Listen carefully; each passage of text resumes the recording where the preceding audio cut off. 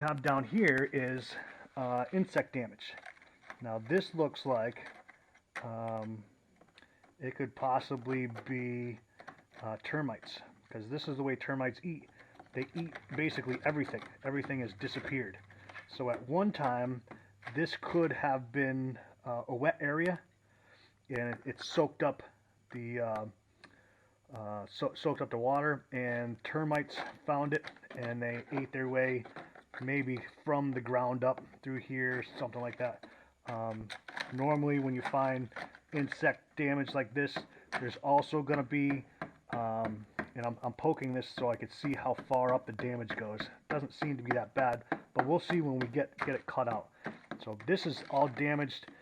I could take this whole piece off and replace the whole piece, but the rest of it's good. If I can do, or what I'm going to show you is a way to get away with just doing the bottom, like foot or so. So what I'm going to do is, it feels pretty solid right through here. So I'm going to start here with my speed square, right? And I'm going to take my scratch all AWL. Okay? I could do this with a pencil too if I wanted to. I'm going to mark right here. There's my line I want to cut on. So here, if I'm really careful, I can use this to cut right across.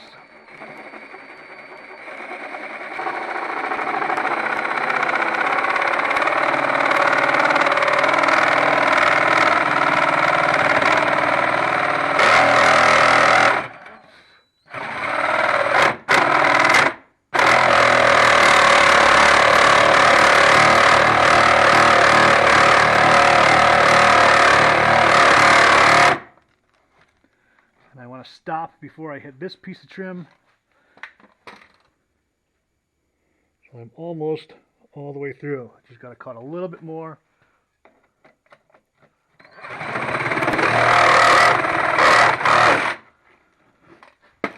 Alright, so I'm through here, not through there.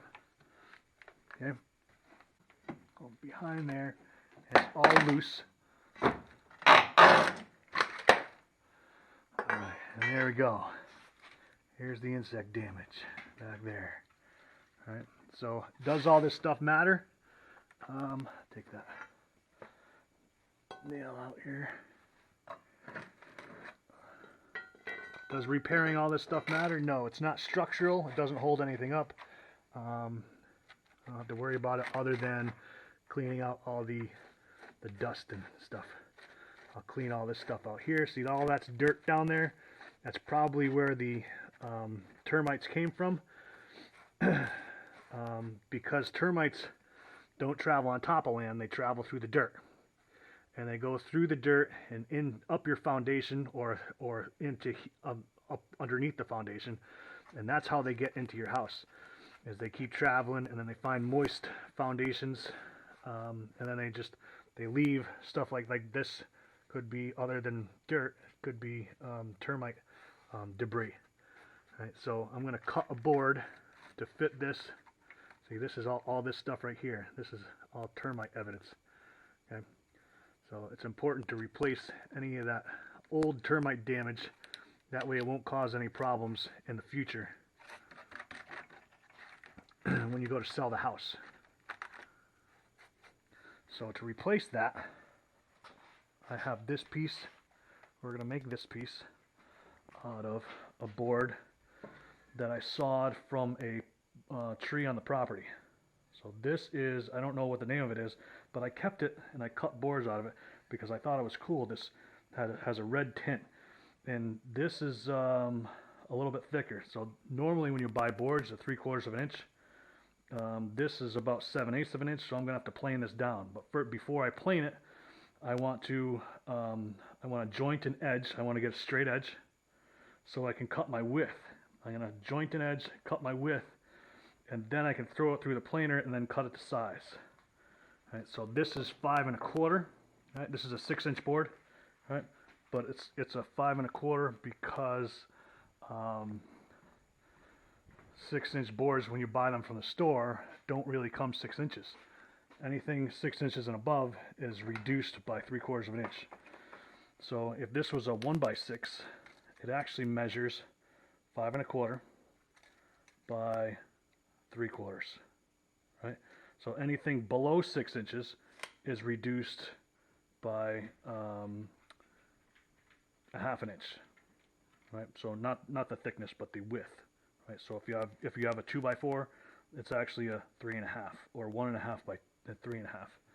Okay, but this 1x6 is 3/4 by 5.25 because it's 6 inches and above is reduced by 3/4. So we're gonna make this out of that piece over there after I joint it, cut it to width on the table saw, plane it on the planer, and then cut it to length on the miter saw. On a rough cut piece of board, I want to start off by getting a straight edge over here. All right. When you buy a board at the store, it's already got a straight edge. It's already been surfaced to 3/4 of an inch. This is about 7/8 of an inch. It was just rough cut on the bandsaw mill outside. So I'm going to start off by using my jointer, and I'm going to get my straight edge.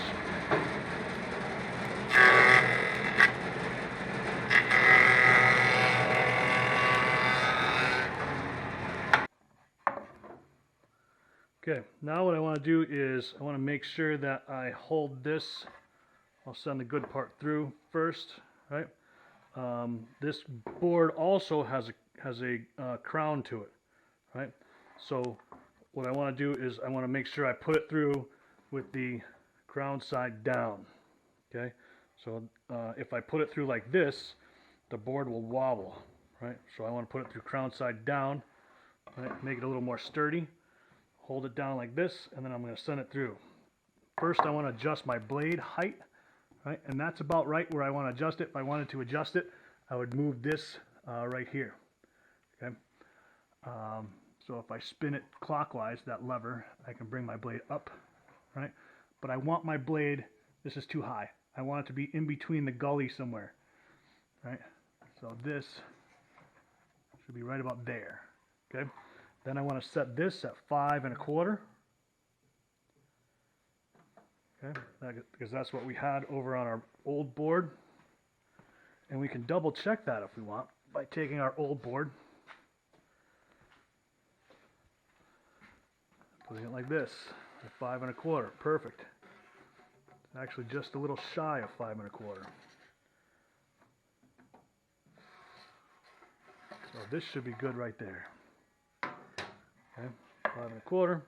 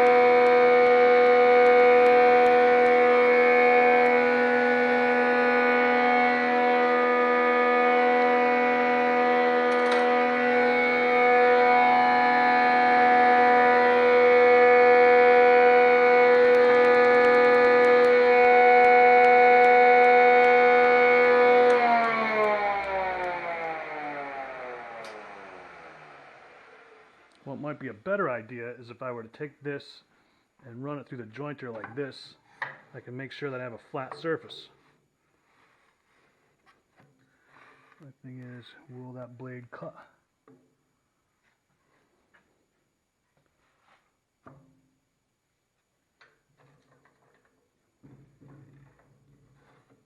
And that will cut there. Okay, so I want to run it through here.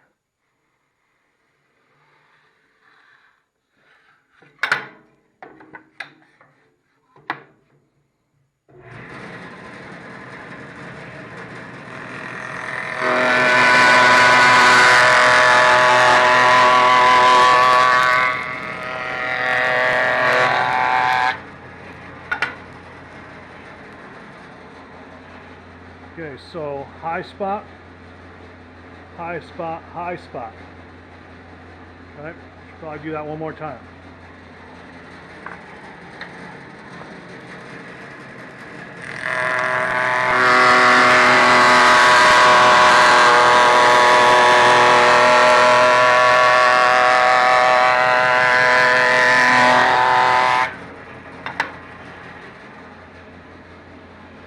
Okay, you can see it even better.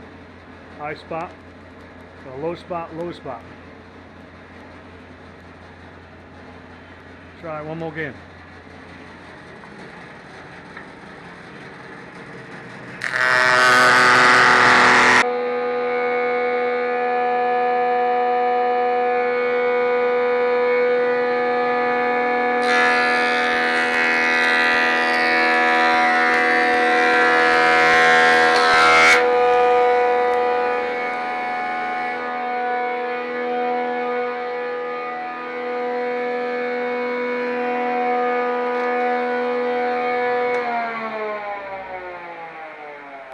Okay, that's our thickness. We probably want this side out. I'm going to check the squareness of this cut. Not square at all. Alright, so I'm just going to square up this end here.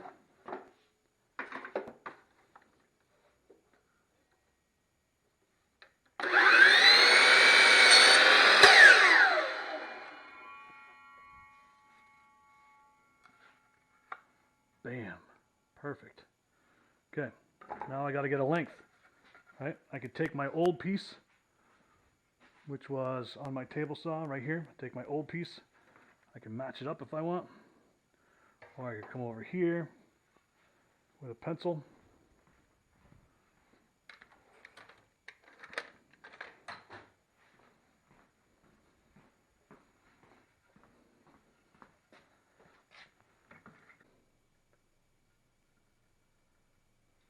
And then I'm going to cut and see if it fits. Now, if there's a little bit of gap, not a big deal because we're going to end up filling that anyway. But this is the end I want. And this is the end that was open and cracked, so I don't want that. So I'm going to mark here. Line that up. Yeah. Take this. I think we're going to go with this side down.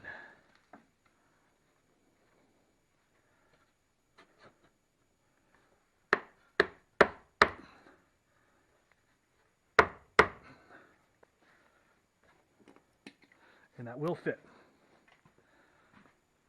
Just need to find one of my many hammers that are hiding.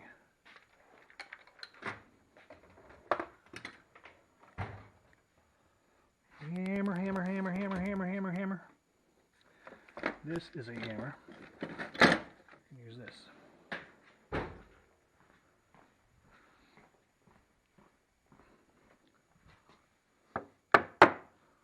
There we go.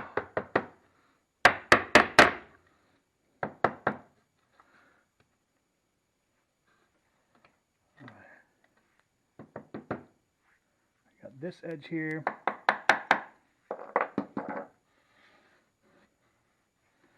I don't want that end there. Or do I?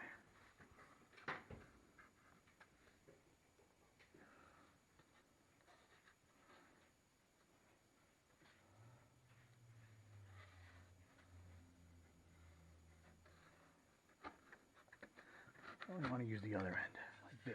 How about that? I think this might come out better. Ah, that fits better. Alright. So I got this much there, this much there, this much all the way down. Okay, now what we want to do is I can take trim nails.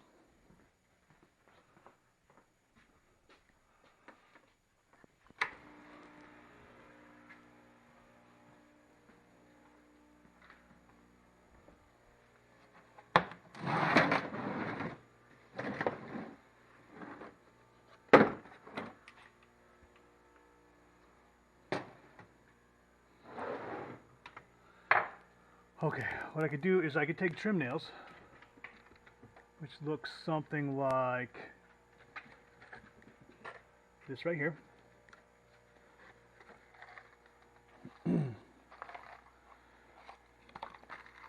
Take these trim nails and hammer them in. Or I just turn on the air compressor. I can use my air compressor and trim nails like this. The benefit of the air gun is that I can hold something in place, click a trigger, and then I'm good to go.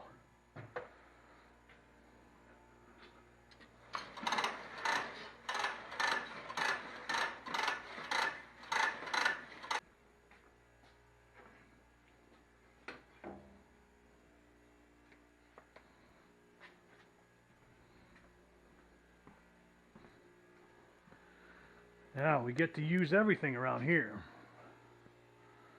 So, you don't want to waste anything. Take this, put that in there, put that in there. Bye scrap wood. And we're going to throw another couple pieces in this.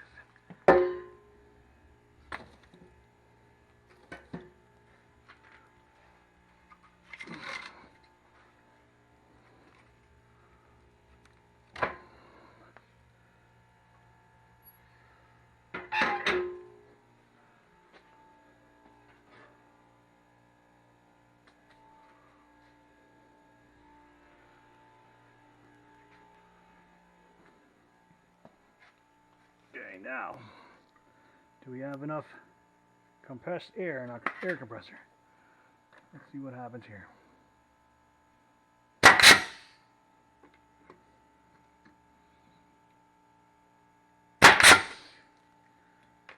Yeah, big 10-4.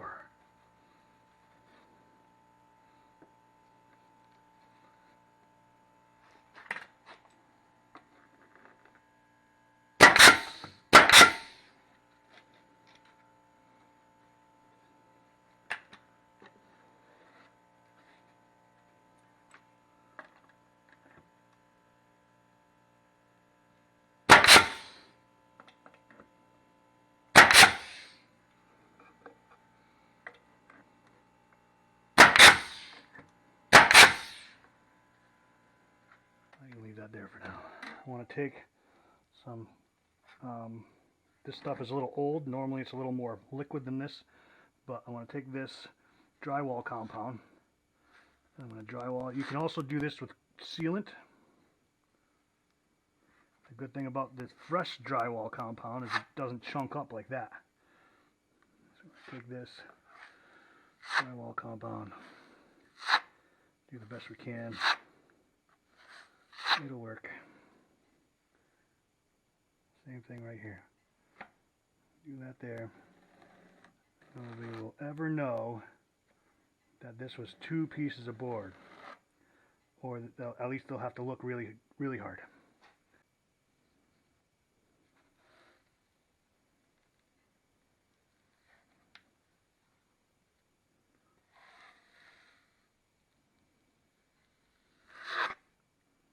All right, I think that's better.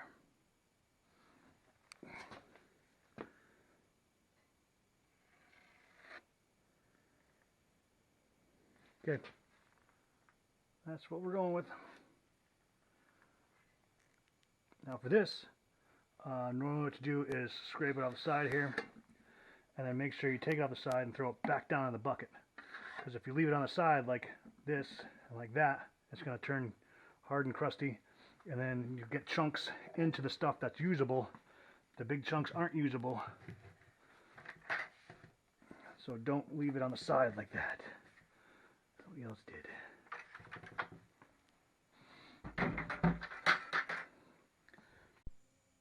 Okay, if you ever wonder what happens to all the scraps that come out of the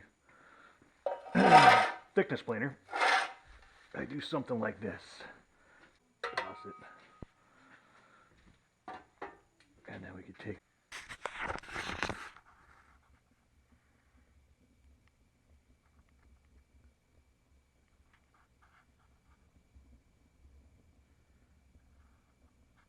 it.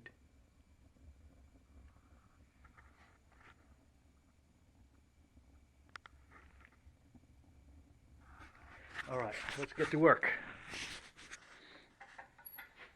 This is basically sandpaper. It's sponge, sandpaper. Now drywall is a very, very dirty job. Something that I don't enjoy.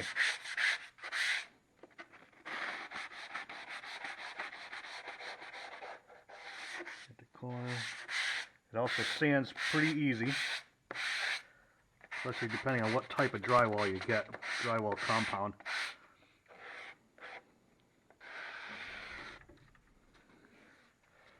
Open the door here.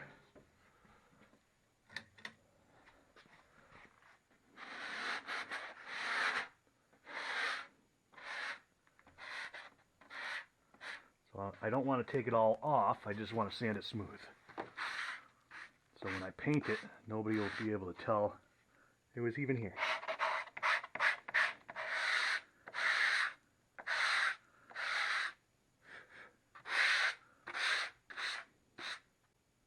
Okay, so I'm back here. I got my special little paint cover tool. I just put that in there, flip it up. Again, a flathead screwdriver can do the same thing. When you guys start painting your rooms, check out all this rust and all the rust down here and all the rust that just fell into there, right? And that little chunk right there. You can avoid that. You can save your paint cans longer if you took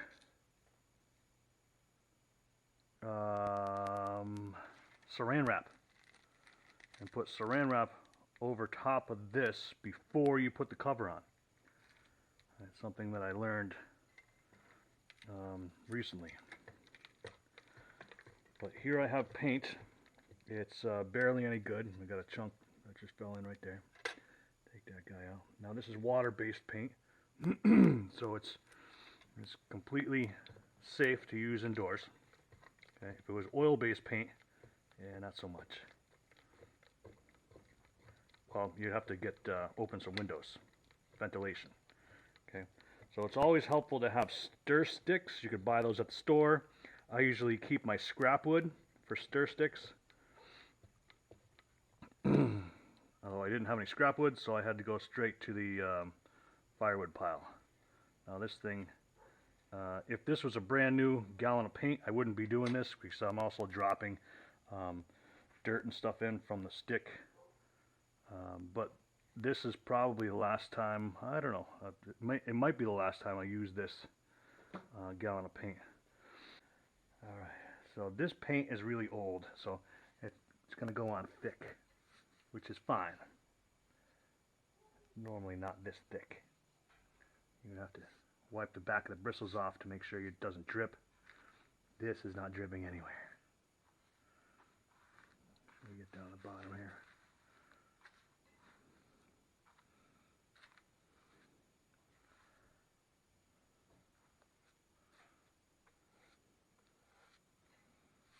And once we get this coated, you'll never know it was two pieces.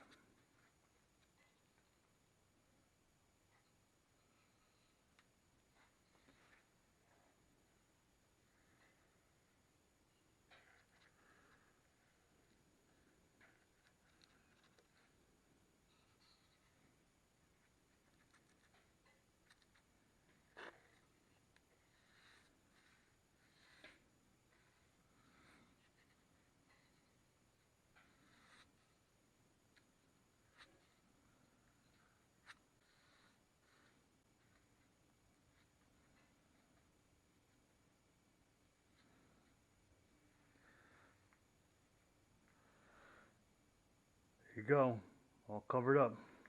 Nobody will ever know that was part which was replaced. I've got one more coat to put on, but that's what the doorway looks like so far. That kind of makes the black door look really dirty. I may paint the black door too. I don't know, or maybe just try cleaning it. I'm not sure.